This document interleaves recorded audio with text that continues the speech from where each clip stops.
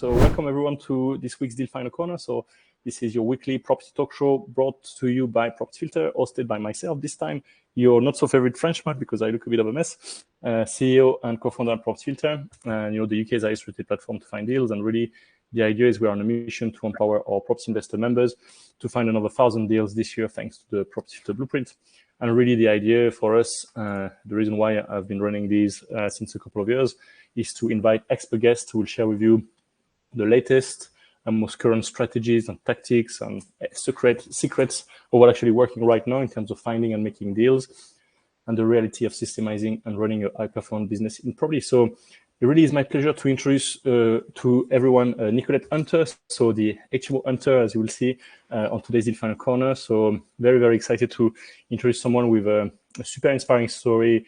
She's originally from Budapest in Hungary, but has been living in the UK for since she was 12. Grew up around London, and by day she's a senior consultant in a big Fortune 500 tech company. But on the side, the weekends, the evenings, and on the days like today where we are lucky to have her, she's building an impressive property business focusing on HMOs in Reading and flips around the Berkshire area.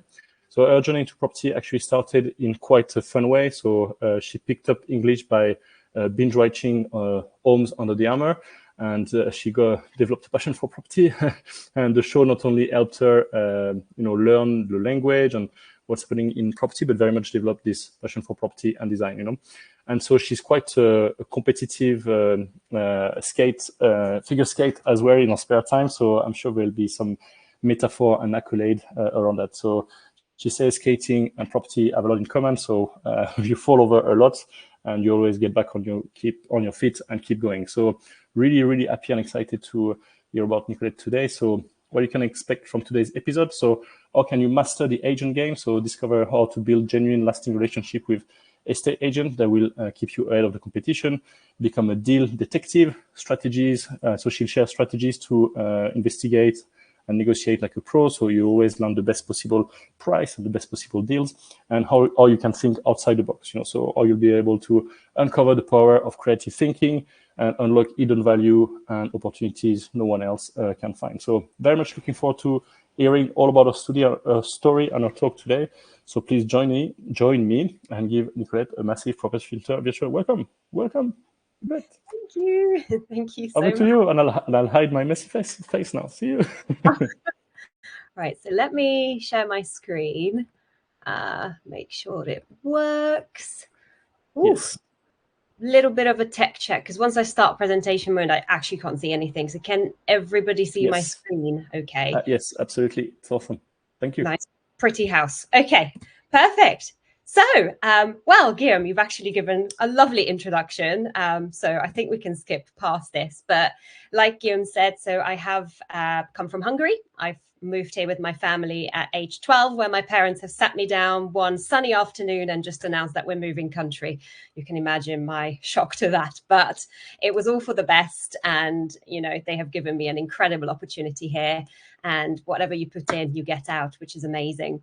So as Guillaume mentioned, I do work in a Fortune 500 company in a senior technical consultant role. To be honest, I think IT is a wonderful background, and it's got so many transferable skills into the world of property, a lot of which I'm using at the minute, which is brilliant. And so I am building my wealth through property alongside being a wife, a dog mom, a full-time IT consultant, and a figure skater. So that's a little bit about me. In terms of the property and the property journey I've had, so I started about 12 months ago, and I've decided to specialize in HMOs and flips. And the reason being is HMOs here in Reading, where I am, are very, very high in demand and are doing very, very well. Flips, similarly, you have amazing profit margins down here in the south for it. But obviously with the given stamp duty increases, we had to get a little bit more creative, but there is still a lot of deals to be found and to be made. In the last 12 months, I've sourced over £1 million worth of property. So much like many people, I've had that misconception at the beginning that you need to have loads of capital to start property. And in fact, if you start with deal sourcing, that can really help you. That can really help you with your experience. It can really help you with your network, your connections, and of course, to help build that capital, which is what's enabled me to get my first flip project underway, which we're currently going through all of the conveyancing. And if all goes well, fingers crossed, is projected expected to generate us £300,000 in profit. There is a little bit of a trick here. It is sitting on the massive land. So what we're hoping to do with that one is to slice up the land, sell off with planning permission, and then hopefully make some extra bit of profit there as well. And all these opportunities have actually come through Property Filter, which I will talk to you about, and I will share with you the HMO deal that I found, which is obviously today's topic. So let's dive into it. So the deal overview, this particular HMO, I'd actually have to say timing is everything. This one we've closed on just around Christmas. And I think when most people go off on holiday is when, if you strike, you can actually land some amazing deals. So tip number one already is timing. When everyone else is resting, go and do your due diligence, go and look for property deals, because they are the times to be made and to find them. So around Christmas is when we closed on this one. It's a really interesting property. You can see it here on the left-hand side. It's got two entrances, but it looks like it was one house before. And it had a ground floor flat with 3 bedrooms. And then this side over here is basically a duplex. So the flat is basically a duplex flat occupying these 2 floors with the entrance here. It's a very, very odd shape and layout, which I'll get into in a moment. So we started, just like everybody else starts with the viewing side of things. But one thing that I would always recommend is to leave the viewing last. So I've basically done absolutely everything before we even got to the viewing stage. So I ran some initial numbers. I've done quite a lot of due diligence and digging around the area. And also I've asked the agent up front if the offer that I'm looking at, so after reverse engineering the numbers, because that's quite important. So typically I will look at a property, look at what the end value could be, or, the rental income could be, what the refurb costs could be, and then come up with a number. So I always start with that. And I think Guillaume says this over and over again, to make sure that you ignore the asking price. The asking price really means nothing. So I've reverse engineered it, landed on a number, ran it past the estate agent to make sure that it's actually going to be an opportunity that the vendor is looking to accept, because if not, there's not much point wasting your time going for viewings. So after I've got the initial go ahead, the go ahead, I've arranged a viewing. Now, within the viewing, I think it's really important that you build that relationship, and I'll get into a lot more detail as we go along.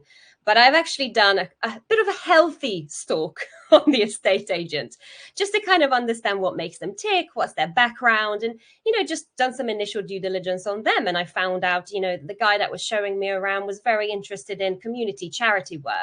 So then that's something that we also had in common, and I could start talking to him about and open him up a little bit more to create that initial bond. So then to get the most out of the viewing, I then went along to the viewing.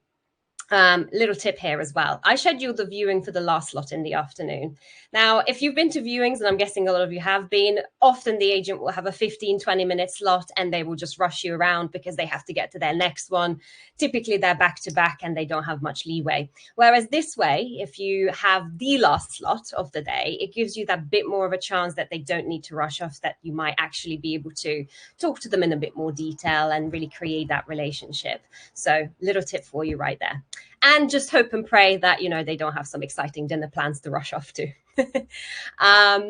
And then I also would recommend, so obviously today's topic is HMOs. So I actually have my Savior tool, which is this little bad boy here, which is my laser measure for floor plans, because to be honest with you, you can't really take everything that's on the listing for granted. It may not be accurate. And with HMOs, it's so super important that you have all of your measurements correct. Things like ceiling height, things like room size, very, very important. It's all about the measurements in HMOs. And obviously you want to make sure that you get that right. Another little tip that I would recommend if you are going into a viewing and to get the most out of it is to record everything.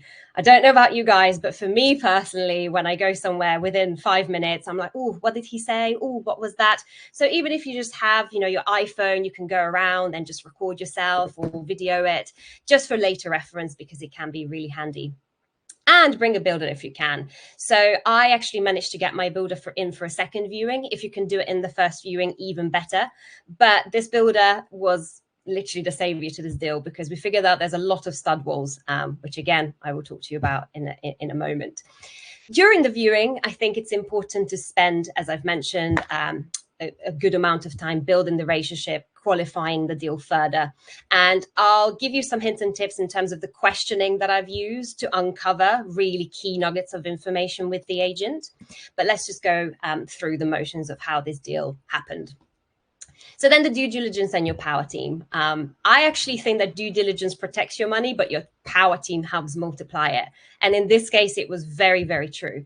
So when I researched this deal, I thought it would be a 7-bed HMO at an absolute max. But, and we've negotiated everything as a 7-bed. We've ran the numbers as a 7-bed, but later down the line, because we have a very, very good architect who could chop a Smartie into 100 pieces, she's actually mentioned that this could actually become a 10-bed, 10-bath HMO. All because of her, we were able to make this deal happen, and hopefully the numbers will impress you, which I'll show you in a minute.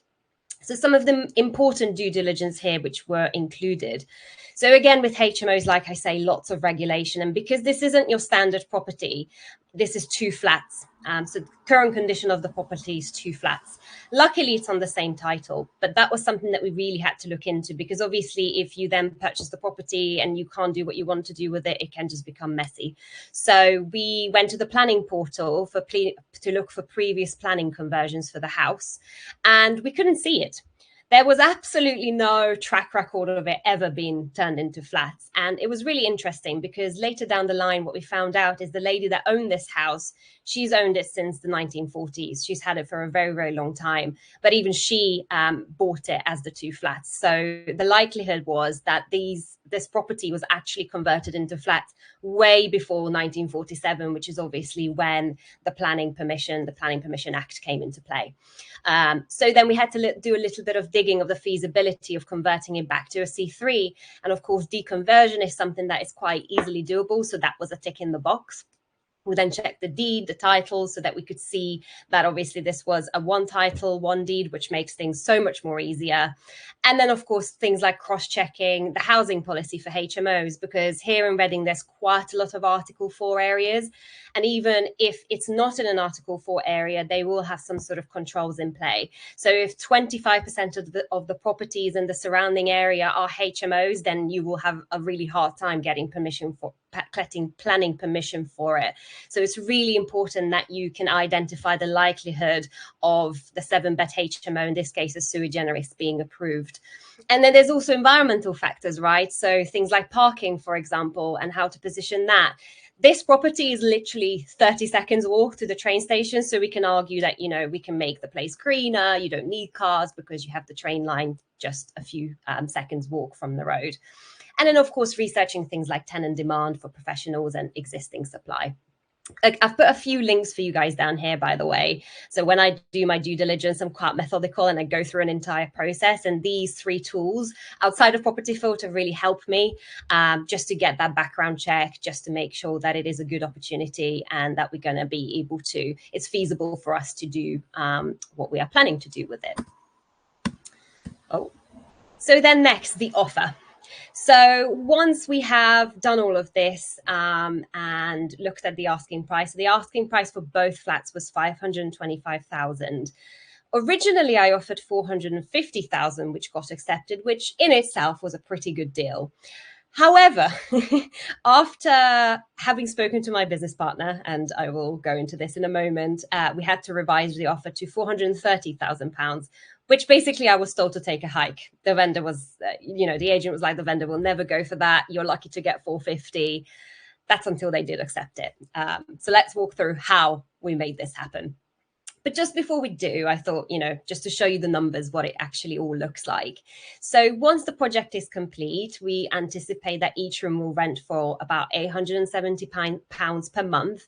And that's pretty normal, especially for a high-end, all-ensuite HMO here in Reading. So that will be £105,000 per annum, total gross income. And we're estimating the refurbishment to be about 200 to 240,000. Now, one thing we also tend to do is put things like solar panels onto the HMOs because it just future-proofs it.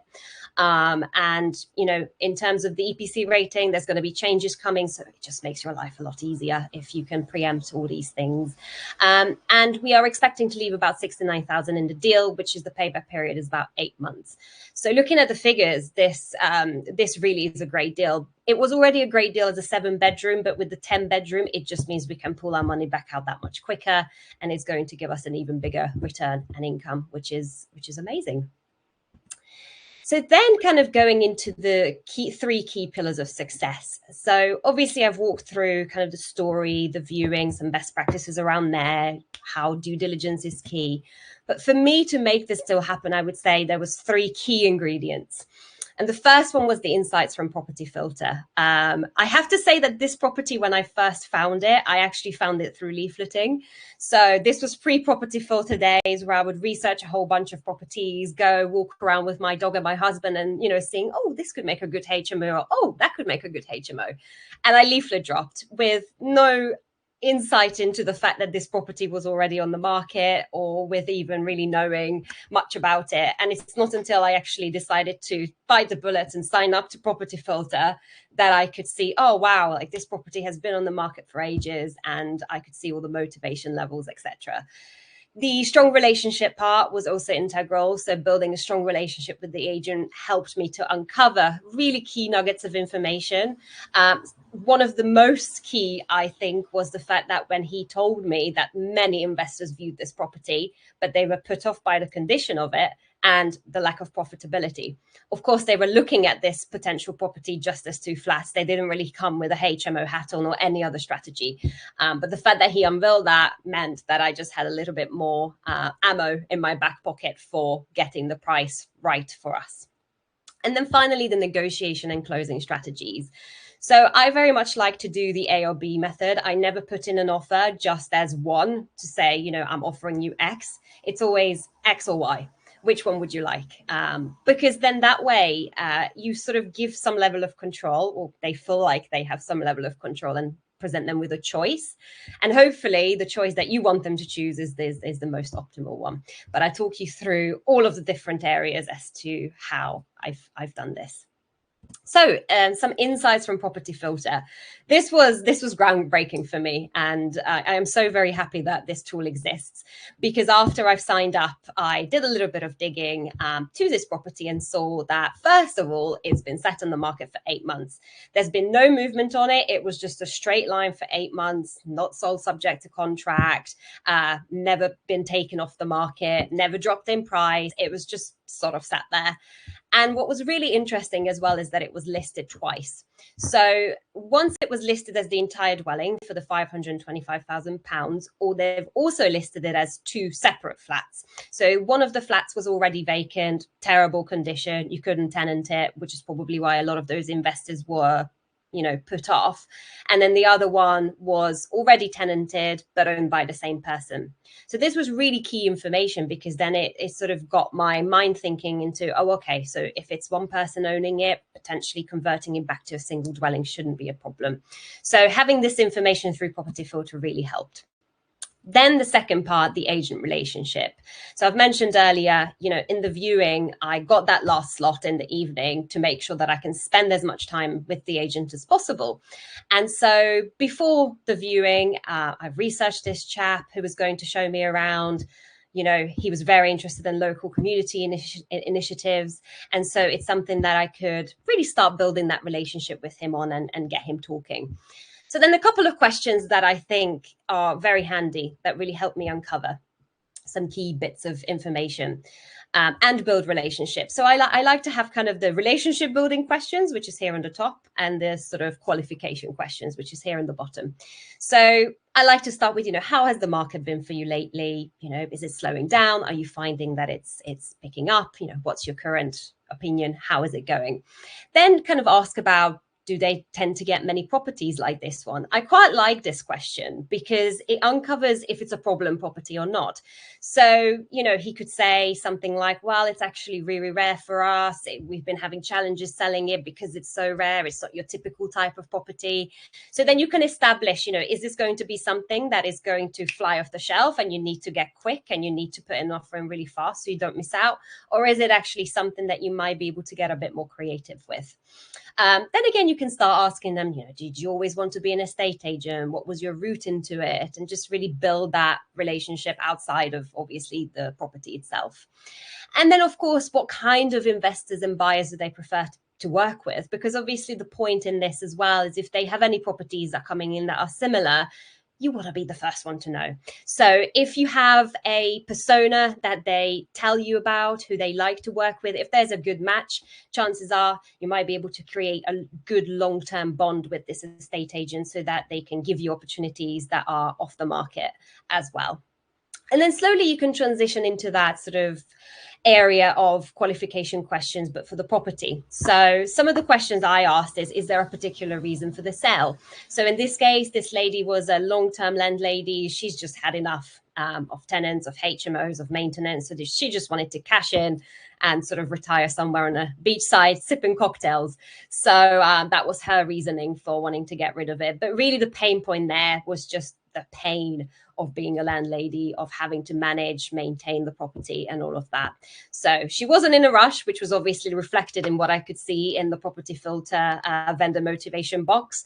But at the same time, the property had a lot of issues, which if she didn't address, eventually would have caused her a lot of headaches. I've also liked to ask, have there been any previous offers? Why didn't they progress? Was it a cheeky offer? Was it maybe the wrong terms? You can find out a little bit more about that. Do they need a quick sale? So another really good question to ask is, do they need a quick sale or are they flexible on timelines?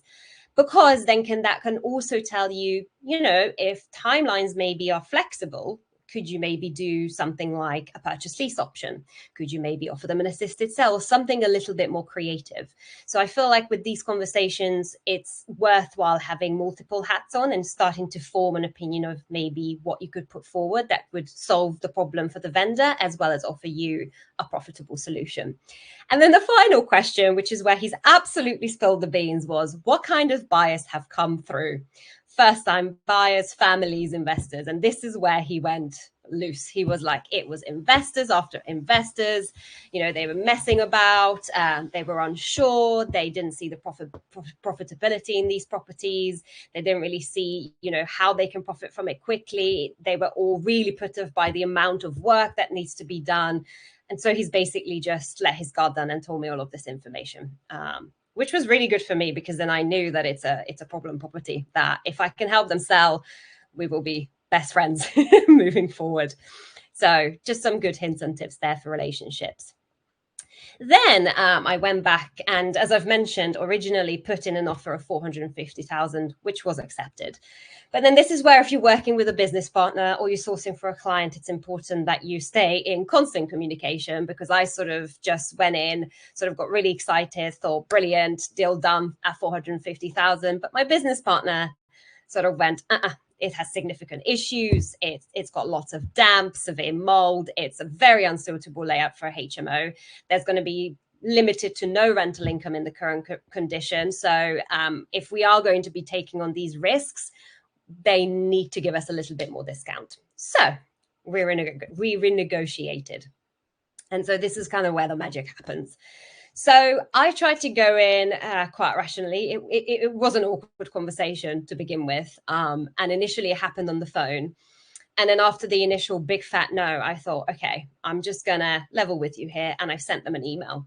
And the email more or less had these key points. So I've basically reiterated that the current condition of the property is just not going to be suitable for anyone, not tenants, not residential buyers, not investors. And also I've sort of re-highlighted the key buyer persona for this, because obviously the amount of issues that this property had, a standard mortgage for a residential person would have been very, very hard to secure. So that kind of ruled out residential buyers. And then I tried to kind of go from an investor's perspective and sort of mentioned, look, from an investor's perspective, this is a lot of work to do. And as you've experienced, a lot of investors will shy away from this because they're not going to have enough, they're not going to have the time maybe or the experience to be doing up this property. And by the way, they're going to have no rental income from it for a significant period of time. I've then also said, let's go for a structural survey and a home buyer report. We can split the cost or we can pay for it. However, again, if you do this, any findings that come back from this survey, the seller is legally obligated to disclose this information, which if they thought about it, I was like, well, you know, if there are subsidence, if there's any big issues, and you have to disclose this information, it's going to make your pool of potential buyers even smaller. So that's another risk for you. I then went in and offered some comparables because actually there's a lot of properties which had a similar footprint that were basically just one house at around 170 square meters. And there was a fair amount of properties that have sold for about 425,000 to 430,000 pounds. And I thought, okay, well, this again strengthens that offer because I'm not just plucking numbers, you know, from the sky. There's actual evidence to show that sizes of similar properties are selling for 425. I've then advised the seller because, again, there was a lot of mold, especially in the property that was vacant. There was so much mold, you know, it was terrible. It was really bad. And actually, I found out that there's a new legislation coming in October of this year, in 2025, called Awab's Law. Now, this is just for social housing at the minute, but they're trying to make it to kind of residential private landlords as well. And basically what that is you have a certain SLA to address mold problems. It has to be within 7 to 14 days, or if it's something really urgent, it has to be within 24 hours. So those mold problems, those mold issues that were getting bigger, and, you know, the maintenance and the cost that she wanted to get rid of, I said, if you don't sell now, this is something she's going to have to spend some money on. So again, kind of knowing the legislations, what's coming into force and how that might affect the vendor and how that can make their life even more miserable than it already is, can be quite a bit of a good negotiation tool. And we've sort of reiterated that we're prepared to take on all of these risks. Obviously, it is a lot of risks, but all we ask in return is for a discounted rate. So with that in mind, I have put forward the best and final offer and my A and B kind of scenario. So I said, okay, appreciate that 430 is absolutely not something that she would look at. That could be one of the options. Alternatively, we're happy to pay 450,000, which was the initial offer that was accepted, with the following condition. So we said if the planning is approved for the 7-bed HMO, because at this point, we didn't know if we're going to have a HMO approved. We didn't know fully what that would entail and what that would look like. We knew in principle that we could turn the property back to a C3, but, you know, with that, could we get a sui generis? Could we, you know, go down that route? We were still in the pre-planning phases, and having had initial conversations with the planning consultants, it was still a little bit rocky. So I said, okay, if we have the ability to get the planning approved for the 7-bed, what we'll do is we'll pay you the 425 now, and then the 25k extra once everything is approved. And then we can also look at a profit share, a developer profit share. If we can get more bedrooms out, or 8, 9, 10 bedrooms, we will pay you 10k more per bedroom. So if we can get 8 bedrooms, you can get 10k more. If it's 9 bedrooms, you can get 20k more. If it's 10 bedrooms, you can get 30k more. So in that case, you know, we're paying you towards the 470,000. But this is all subject to it being approved. And so literally within 5 minutes, they came back and said, no, a straightforward sale will be fine. We will accept 430,000. I was like, wow, this is amazing. And again, this is just that whole A or B, because I'm giving them a solution. You know, they were in no med rush, but I suppose the uncertainty whether they will be able to get it approved, will they get this money? She just didn't want the hassle of it. So for her, just having that straightforward sale with certainty and the fact that we weren't going to pull out regardless just gave her that reassurance. And so that's how we managed to secure it at 430,000, which is a steal. It was 95k less than originally advertised. So it just goes to show that if you have, you know, the right information, the right team, you've done your due diligence, you've got good relationships, anything's possible. And the asking price really is just an asking price. So then I also promised to kind of go through the creative vision and thinking outside of the box, because this property very much required creative vision and thinking. So obviously this was two flats. And it was one that many investors just decided to not bother with because of the amount of works that needed. And mind you, 2 flats in Reading actually, in terms of yields, wouldn't have given a very good yield. This HMO will give us about an 11 to 12% yield. You know, if you renting it out as a flat, you may be looking at 4. So it really isn't profitable. And again, it's about knowing your area, knowing what's working, knowing what's profitable, and knowing what it takes. So for this one, I've mentioned what was a really key part and area is to bring my builder with me. And the reason that that really helped us is because we went through literally knocking on walls, and we could see that there was a lot of stud walls in a lot of places, which suggested that at one point this was a single property. We then spoken to some planning consultants, and see, you know, how easy it would be to convert it back into a single dwelling, and if there is a chance to deconvert it, which obviously is very possible. And now we know that that's going to be a fairly easy and straightforward process. But, you know, knowing that and then having that single property will then enable us to then put in another planning for the sui generis for the 10 bedrooms. So it's been a roller coaster. But, you know, if I had walked in myself, just had a look at it as 2 flats, not really bothered to investigate it, I probably would have walked away from it as well. So again, if you have good builders, that can really make or break an opportunity for you. So bring them along. Now, I also promised to go through a little bit of hidden creative deals, because obviously this is just one of many possibilities. So if you're into HMOs and you're looking at properties, more often than not, most people will just look at large footprint residential homes, which is fine. You know, there is an abundance of them, and there's a lot of family homes that you could potentially convert into a HMO. But there are also a lot of creative ways that you can do this. One of them is obviously flats. So whenever I'm now browsing for HMOs, I don't rule out flats. I used to literally just hide flats, whereas now I very much want to see them, because it could be that there is another one like this one hiding somewhere. So is there a flat that maybe you could convert back to one building and turn into a HMO? Things like, you know, old Victorian houses, which one point would have been single occupancy, but, you know, may have been converted later down the line, could be a really good opportunity. There's also long-term landlords like this lady. You know, she's had this property since the 1940s. So she's had it for absolute ages. She's had it, you know, the pre-planning permission days, which is why, you know, there was no record of it whatsoever that it's ever been converted into 2 flats.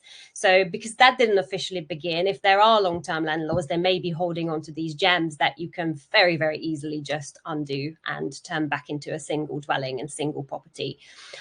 So something to look out for, and especially if it's under one title. So this one, funnily enough, was a freehold under one title and one deed. So again, we didn't have to go through the process of, you know, merging the 2 or anything like that. So it's quite straightforward, and there are a load more of these out there. Just have to find them. Ex-care homes and nursing homes. So again, not a lot of people, you know, when they're in HMOs, they don't often really look at that. But the nice thing with ex-care homes and nursing homes is that they would already have communal areas, multiple rooms, fire doors, all of that would already be in place, wide hallways. So it saves on conversion costs, and it could be really great for large HMOs or anything like that, larger living, co-living setups. So don't discount them if they come onto the market. And again, through Property Filter, often when I used to look for HMOs before this property, I used to just look at large footprint residential houses. I wouldn't even look at commercial or anything else, which obviously can also be hidden gems waiting for you to find. Things like small hotels or guest houses, for example, they may already be a C1 use, but you can convert it to a C4, obviously subject to planning, but, you know, don't discount those either. Interesting ones like chapels. I have actually seen one of these because with empty religious buildings, you know, they have the footprint. You will probably need quite a lot of full planning permission and a bit of creativity, but, you know, you can find them quite cheaply because they're quite, you know, unorthodox properties. They already tend to have really nice high ceilings, so you're okay there, and it could be a great potential. So again, something else that a lot of people walk past and wouldn't necessarily consider. Then things like banks or offices. So I think in 2020 they've started to list them as class E, so empty banks, but again, it could be eligible for PD conversion. So it could be another great opportunity to convert into HMOs, and especially banks. They tend to be near town centres, transport hubs. So from a location-wise, killer location. A lot of banks are shutting down at the moment. Excuse me. So is that something that you could potentially look at? Excuse me. Oh. The next one is ex-pubs, community centres, day nurseries. So again, they tend to have very, very large footprints already. And existing fire exits, all of that would already be in place. And again, something that will probably require full planning versus maybe a bank building where you might be able to do some stuff on the permitted development. With ex-pubs and things like that, you would have to have full planning. But again, something to not consider. And then bungalows. So bungalows, again, I actually work with an investor and he openly said, I've never considered bungalows, but they have amazingly huge gardens so that you can extend. They have footprint. You can have very good head height for them. You can put dormers on them. And it's quite easy to turn them into 5 to 6 bed HMOs. So again, bungalows could be a really brilliant opportunity to acquire something that's a little bit different, but you can turn into a very high cash flowing and yielding HMO. And so some of the key takeaways for you. So I hope that this has been useful, but if you're going to take away anything, then I'd say these 4 areas are the most important. So first and foremost with HMOs, make sure you look for large footprint properties, but don't just be tunnel visioned and look at, residential family homes in essence. Look for flats. Look for religious buildings, look for potential banks, look for anything that, you could potentially monetize. And HMOs as well, there's such a high cash flowing, brilliant strategy that, some people shy away from, especially when it's a BRR. But again, you can use deal sources or deal packages to be able to manage the end-to-end process for you. So don't discount any of these more creative properties. Do look into flats, do look into nursing homes, because they could be little hidden gems waiting for you to uncover and make some serious money off of. Due diligence, really, really important. Make sure you have your power team in place, your architects, your planning consultants, your solicitors, all of those, and make sure that you utilize your relationship with these people to really help unlock key details. Again, if it wasn't to our architect, we wouldn't have known that we could get 10 beds into this property. And that's what really supercharged this deal for us. Comparables, again, make sure you do that. I love to use comparables in negotiations and in my offers because it just shows credibility. It knows what I'm talking about. It shows that I know my area, and it shows that I've really put some thought into the offer and there is actual reasoning as to why I'm looking at a certain figure. I've not just sort of plucked it out of the air. So make sure you do that. And actually, Property Filter has a very nice comparables tab. But again, you can use things like Property Data, Rightmove, and all the other tools available to you. Knowledge is power. If you are aware of any legislations, both existing, upcoming, or past ones, that could really affect your, deal. Because in this case, one of the key negotiation tactics I've leveraged is the fact that the house was so moldy, and Awab's law is coming up, and she's going to have to, address all of this. It's in her best interest to sell now before this legislation comes into play and before it could potentially cost her more, both in terms of financials and in terms of headaches. So it can create extra opportunities, and it really does help you drive deals forward. And then the last one is always offer a minimum of 2 options, A or B, because then, it's a lot less likely that they'll just outright say no. They'll probably pick an option. Some people even give 3 options. It really depends on your style. But that's really what helped us get this deal at a really, really good price, at a really good discount. And we could basically make it happen. So I don't know how I'm doing for time. I think we have 20 minutes. And if there are questions, then it'd be good to have some time for it. But that's the high level overview of our deal that we found through Property Filter. Thank you, Guillaume. There's a little QR code if you wanted to, get in touch, or you wanted to talk more about Reading HMOs, or if you indeed are considering investing in Reading or Berkshire, then let me know. Nikolett, that was really awesome. You truly are the HMO hunter. I love it. Thank you. You're such a great presenter. That was so cool to watch and listen to. So thank you very much. Thank you. Leave your slide on so people can find the QR code. Is it a link to some link tree or something you can put in the chat as well? Oh yes. So I can actually. Yeah, if people want to reach out to you, it's all good. Yeah. Can share this. I can do get link. Here we go. Oh, you're sharing the presentation. That's so cool. Actually, yeah. Awesome. Yeah, perfect. And put it in the chat. Beautiful.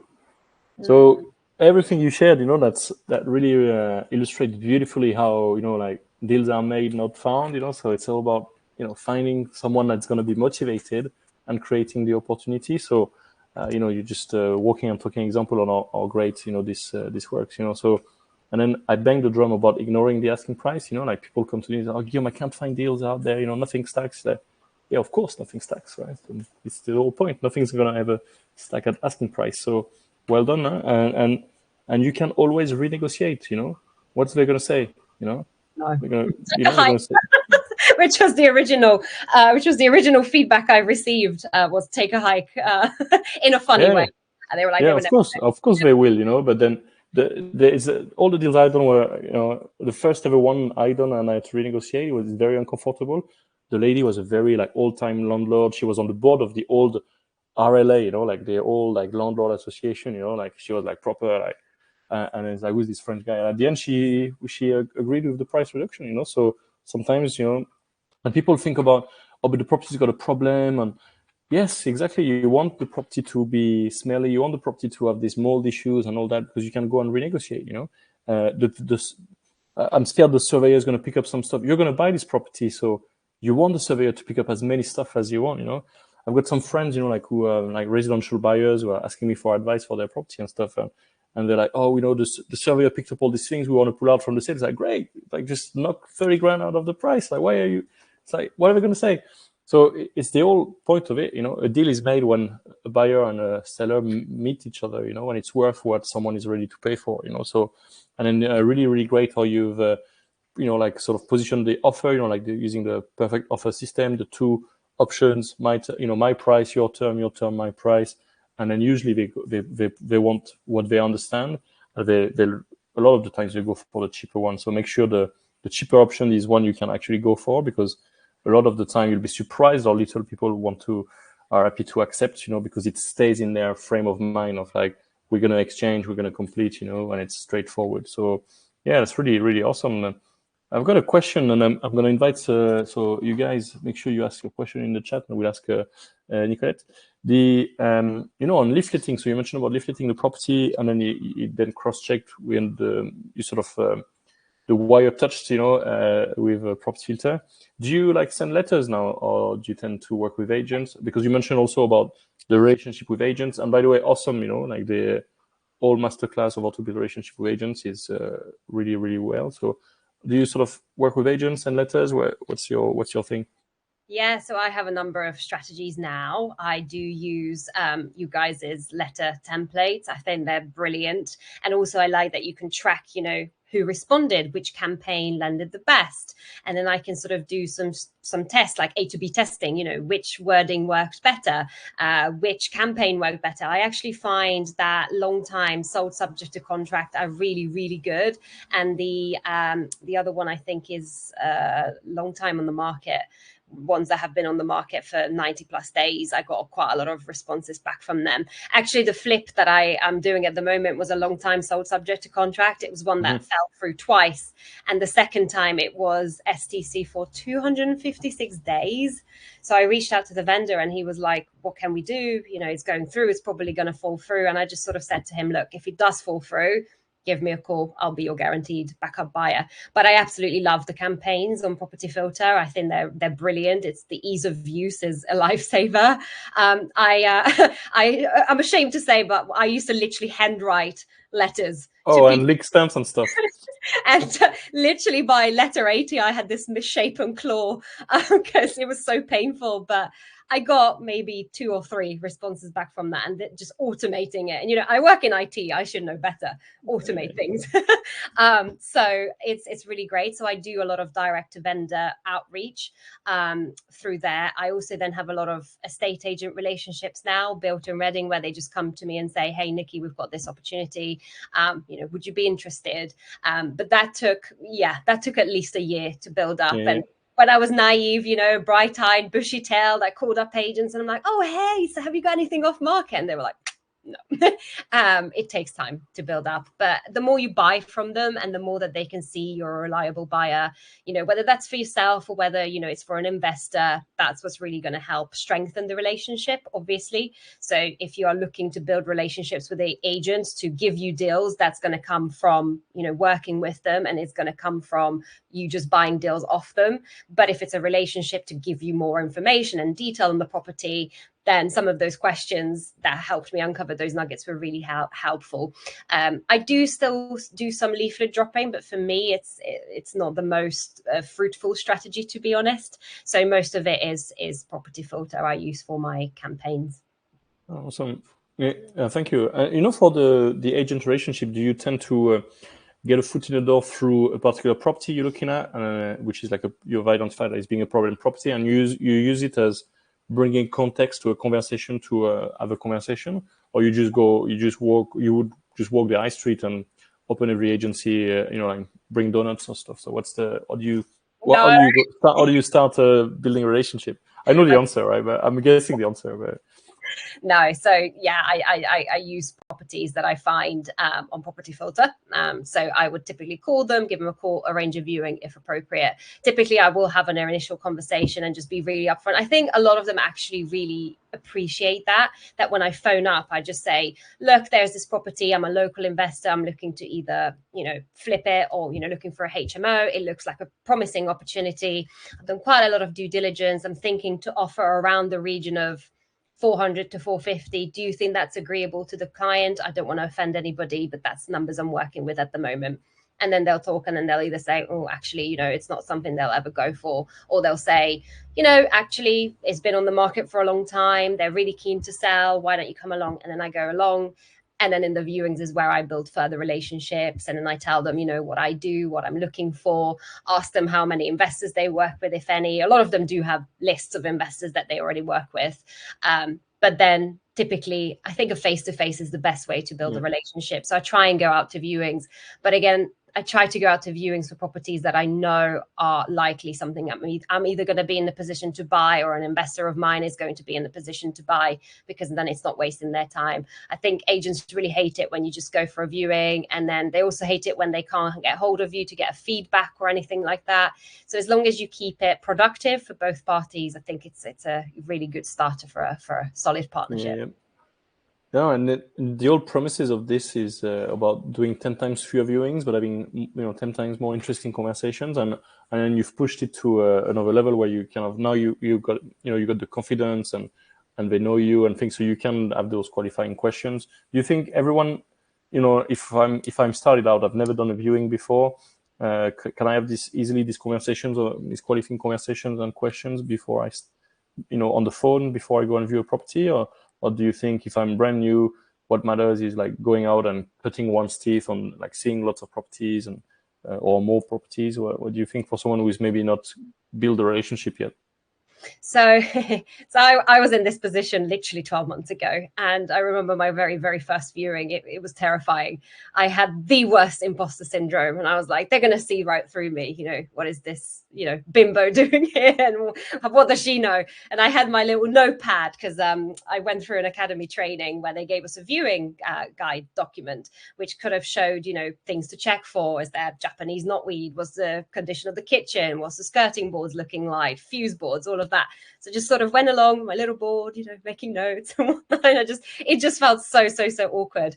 But then I was like, okay, let's push through. And I actually did a week of, I think I viewed like 30 properties in a week. And I was just like calling and I was like, yeah, I'm a local investor. And eventually, instead of saying, I work for other people, I was like, no, I'm looking for properties for myself. I'm looking to invest. I'm looking to build my portfolio.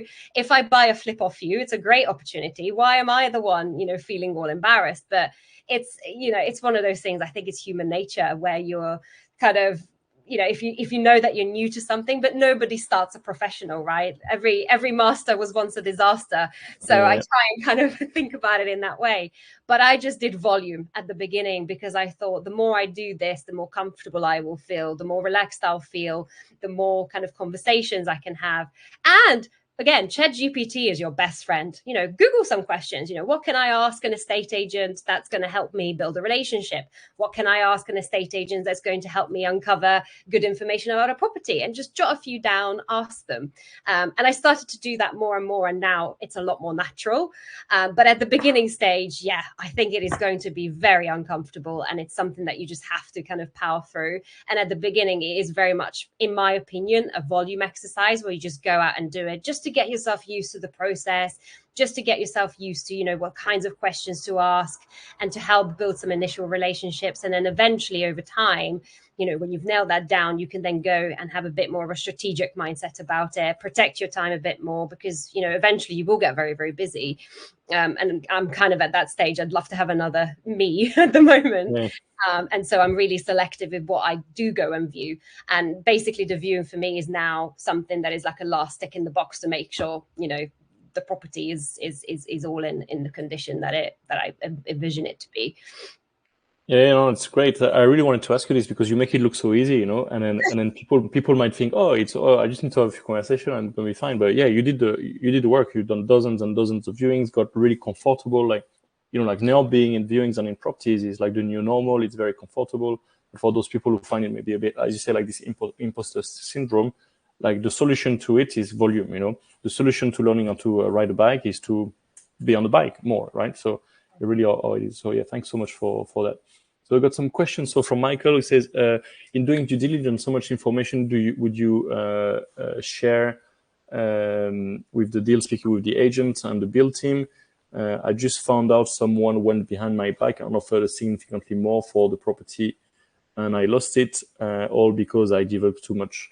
What features in Property Filter do you use to identify HMOs? To identify HMOs.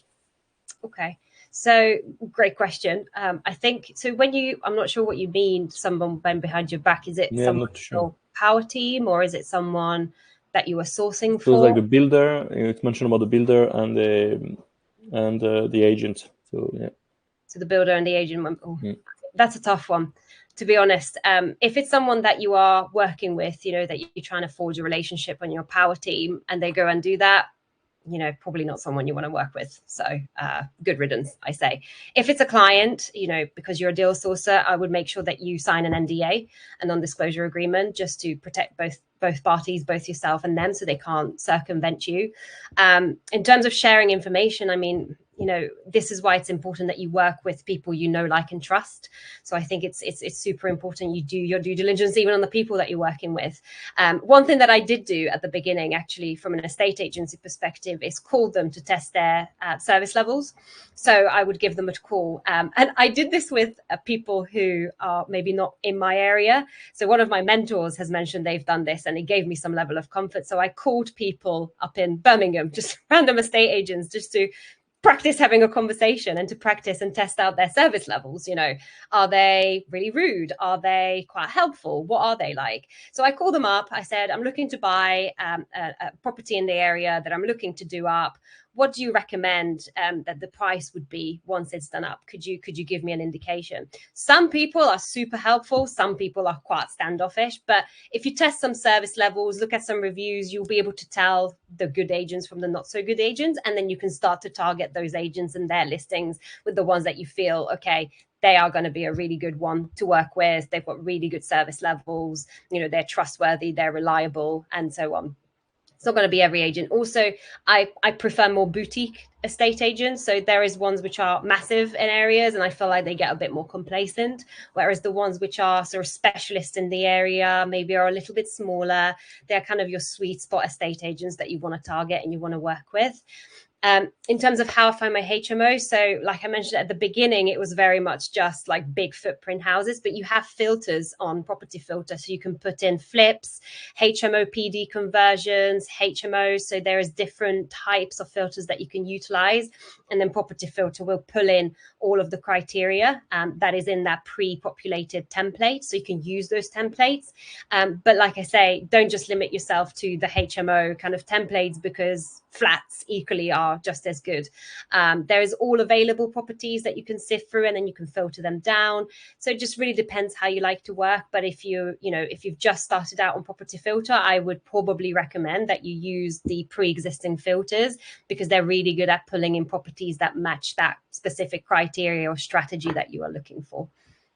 Thank you very much. Bob is asking about if because you mentioned about JV partners. So how would you go about doing deals like that if you didn't have capital to do the refurb? So joint venturing, I'd say there's two types of joint venturing you can do. You can joint venture with a builder if you already have them. You can profit share with them. You can do assisted sale, which again, if you have very little capital, is brilliant. So if you do the assisted sale, you don't really need much capital, because you're not buying the house, you're not going to have finance costs, you're not going to have stamp duty or any of that. And if you can joint venture with your builder, then you don't even really have the building costs. But again, you have to have a very good relationship. So that's one way.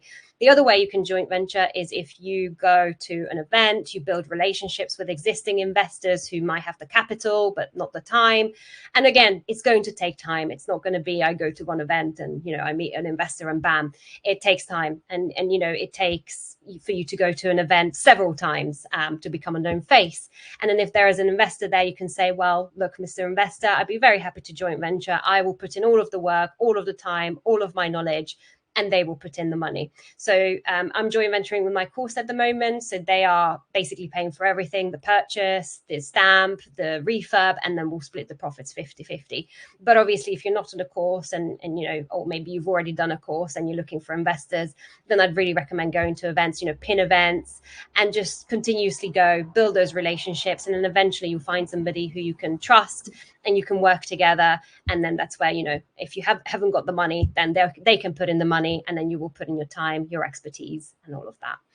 Yeah, I totally agree. So the thing about being circumvented, no one ever bypasses you if you build a relationship with them, so because there's too much opportunity cost if they're going to miss out on all the other deals you will bring to them, so the only reason why someone would do that is because there's no relationship, or you've not positioned yourself in a way where it's worth building a relationship with you. And people want to go to one event and find the people who are going to put the money straight away. But exactly as Nikolett said, it's about becoming a familiar face and going multiple times to the same place, coming to these calls, contributing inside the Property Filter community, coming to the live events we run and other people run, right? So every time you've got an opportunity to go for the seminar, it's a few £100 sometimes, it's really well worth it, So I totally agree with all that. And then it also goes to show the importance of having a pipeline of deals, So if this only this one thing you obsess about for the next 3 months, and then you get really upset when someone nicks it from you, but who cares if you've got 10 on the go and say,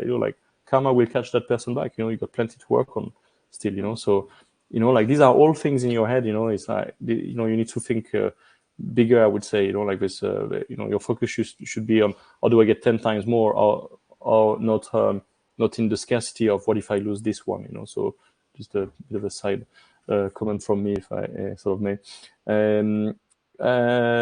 When you source, do you start with the investor or with the prop or the deal? The question has been asked by Bob. Sorry, so when I source, do I source? With deal sourcing, so is it the investor or the deal comes first? Investor comes first. Investor and I tell you why. Because, and again, this is kind of the pre-sale technical consultant talking. Yeah, I totally agree. Or if you're a doctor, right? You wouldn't go to the doctor and say, give me a solution just by looking at me. I'm sick, but give me something. It's impossible, right? And I think if you are doing deal sourcing professionally, so I think there's a bit of two answers to this. If you're doing deal sourcing professionally, I absolutely think the investor should come first, because what might be a great deal for Joe Bloggs might be a terrible deal for Michael Smith, right? It's one of those things. And even flip. So I actually had an investor come to me and wanted a flip, and I actually rejected working with him because he wasn't specific enough. He's like, "Oh, find me a good flip," and I was like, "Okay, what does a good flip look like? One that makes me a lot of money." I was like, "Okay, what's a lot of money? Is it 20K, 100K?" Oh yeah, like I want 40% ROCE. I was like, all right, okay, cool. What does that look like though? Do you want a deal that's going to give you maybe smaller profits that you can do in 8 weeks and it might give you 20K? Or do you want a deal that's a proper back to brick redevelopment project but might give you 100, 200, 300K? Because they're two very, very different opportunities, two very, very different deals. So which one is it? Because for you, the 20K might be a great deal. For me, I probably wouldn't spend, time and effort on a 20K deal. So what is it? And that's why I think it's so important to really go through that qualification and understand what is the investor's intent. What is it that they're trying to achieve? Because even in property investing, you can have capital appreciation, you can have cash flow, rental income, you can have so many different outcomes. What's most important for them? So in that instance, I think it's really important that you understand what makes them tick and then find them a good deal.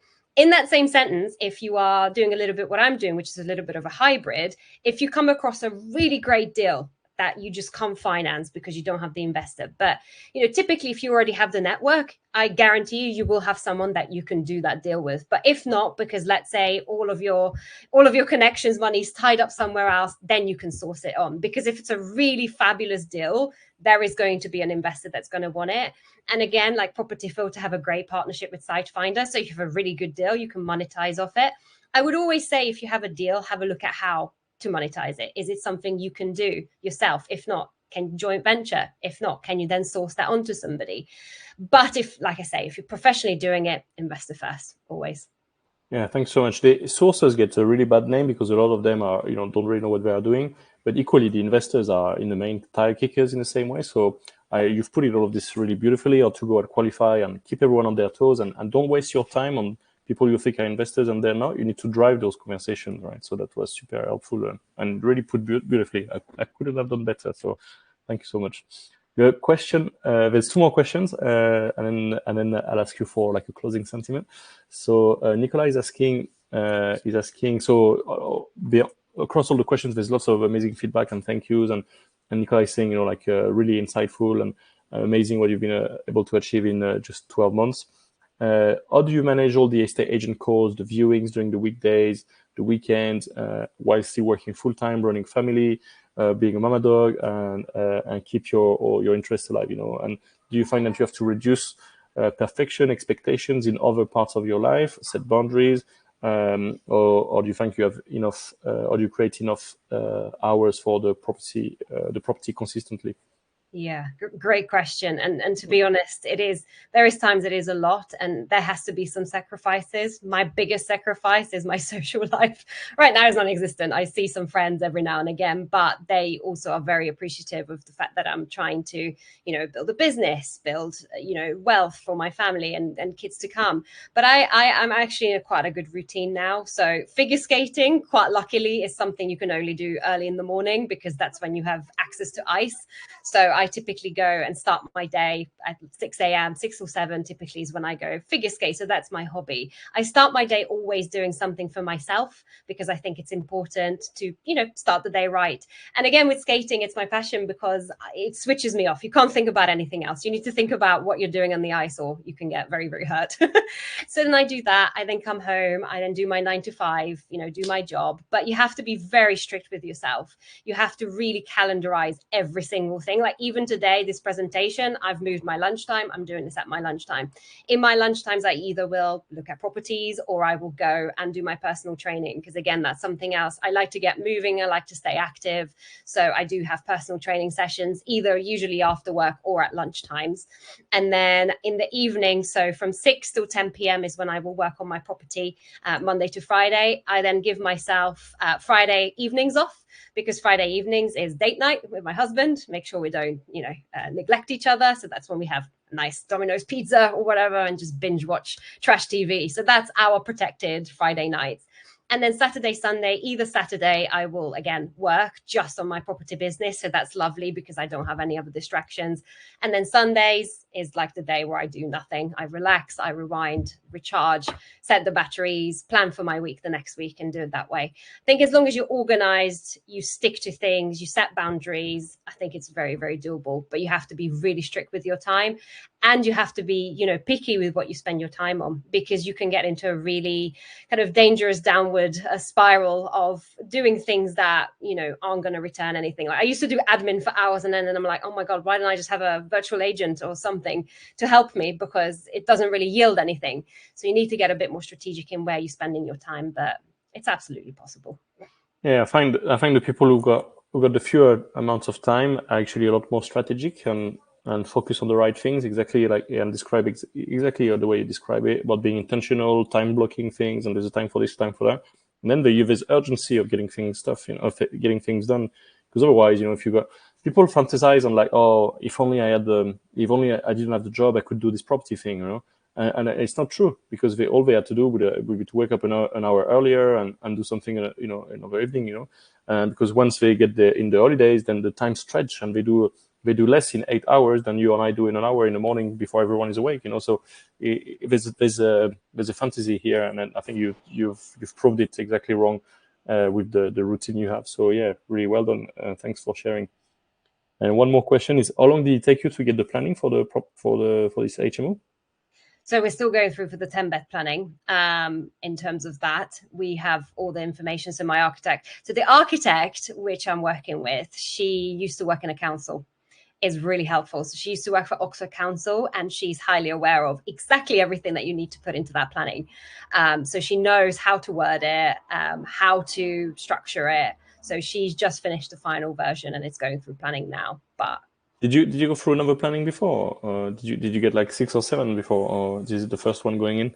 This is the first one going, because you don't need planning to convert it back. Yeah. So that's absolutely.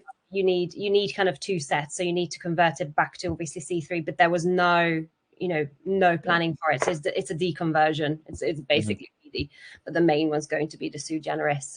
But we've cross-checked everything, you know, in terms of making sure the area is not overpopulated with HMOs, which it isn't, making sure that we've read through she's read through all of the Reading planning policy for HMOs and all of that. So she's really parking, all of that. So yeah, awesome. Well, Nikolett, I really appreciate you sharing today. Do you have a closing sentiment for everyone?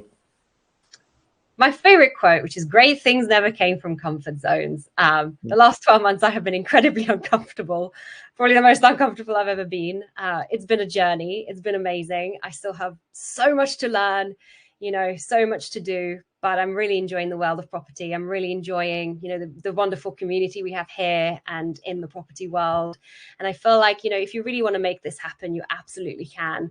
And I hope today has been helpful, you know, giving some tips on how you can build relationships with agents, you know, the due diligence and the different ways you can do that, how you can negotiate, how you can, you know, spot creative opportunities that aren't your standard opportunities. So really hope that you guys have taken away a little something. And if there's an event, a property filter event, I hope to see some of you there. Yeah, that's awesome. Thanks so much. That was really cool to hear. I'm really, it was great for me as well to hear the whole story, because obviously we spoke and things. So that was really, really cool. And I really love how you, you shared everything in quite in a well-organized way about the finding, the due diligence, the conversations, and I'm sure it will inspire more people to go out and send letters, you know, and pick up the phone and have these conversations with the vendors, the agents, and just doing this little and often, you know, and then as you describe, you know, all you need is a couple of hours a day, you know, and you get momentum going. So, and now the agents are calling you when they have stuff, you know, so, you know, it's very, very, very predictable. So thank you so much. I really, really appreciate you taking the time of your really busy schedule to come and speak with us today. And thank you everyone for joining us today. I hope you enjoyed today's Deal Finder Corner like I did, and look forward to seeing you next week. In the meantime, you know, log on to your Property Filter account, have an endless supply of deals, join the top 1% and become a high achiever deal finder. So I hope you enjoyed today's Deal Finder Corner, and look forward again once more to seeing you next week. Thank you, everyone. Speak soon. Bye-bye. Bye. Thank you. Thank you so much. I really appreciate it. That was Ace. You're such a great presenter. Bye-bye. Thank you so much.